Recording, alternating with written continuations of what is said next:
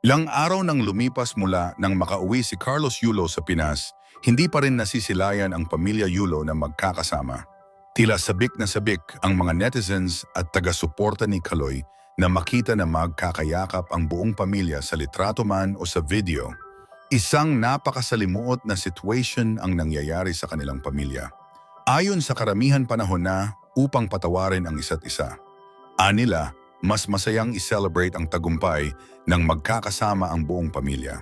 Dahil sa mga balita na ito, ang ating pack mom na si Mommy Junicia, nanay ng ating pambansang kamao at world champion na si Manny Pacquiao, ay nagbigay ng mensahe kay Carlos. Trending ang pangalan ng tinaguriang pambansang pack mom na si Mommy Junicia Pacquiao dahil sa kaniyang payo para kay two-time Olympic gold medalist Carlos Yulo na may kinalaman sa naging banggayan nila ng inang si Angelica Yulo. Carlos Yulo, mahalin mo ang nanay mo. Huwag kang magtanim, magkimkim ng sama ng loob. Mahal na mahal ka sa mama mo, nanay mo.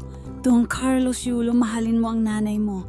Huwag kang magtanim, magkimkim ng sama ng loob. Mahal na mahal ka sa mama mo, nanay mo. Mahalin mo siya sa lubusan ng pagmamahal bilang nanay, kay mahal na mahal ka niya. Yan lang ang payo ko sa'yo bilang nanay. Dong, Carlos Yulo, mahalin mo ang nanay mo. Huwag ka magtanim ng kimkim ng masamang loob. Mahal na mahal ka sa mama mo, nanay mo. Mahalin mo siya, lubusan ng pagmamahal bilang nanay. Kaya mahal na mahal ka niya. Yan lang ang payo ko sa iyo bilang nanay.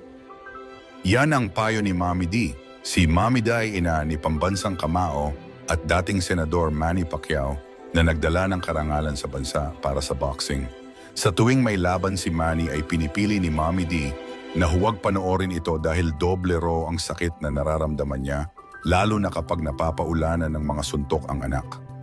Sa panayam kay Manny noong 2009, sinabi niyang iniaalay niya ang bawat panalo sa kaniyang mahal na ina. Totoo naman, mababasa din ang kautusan na pagrespeto sa ating magulang at ito ay nakasulat sa ika-4 na utos ng Diyos. Honor your father and your mother. Naway masilayan na natin ang Yulo family na magkakasama at nagsasaya sa tagumpay ni Kaloy. Bilang isang netizen, ano ang maipapayo mo kay Carlos Yulo? Mag-comment ka naman sa video na ito at mag-subscribe ka rin para updated ka sa mga impormasyong dapat mong malaman. Maraming salamat.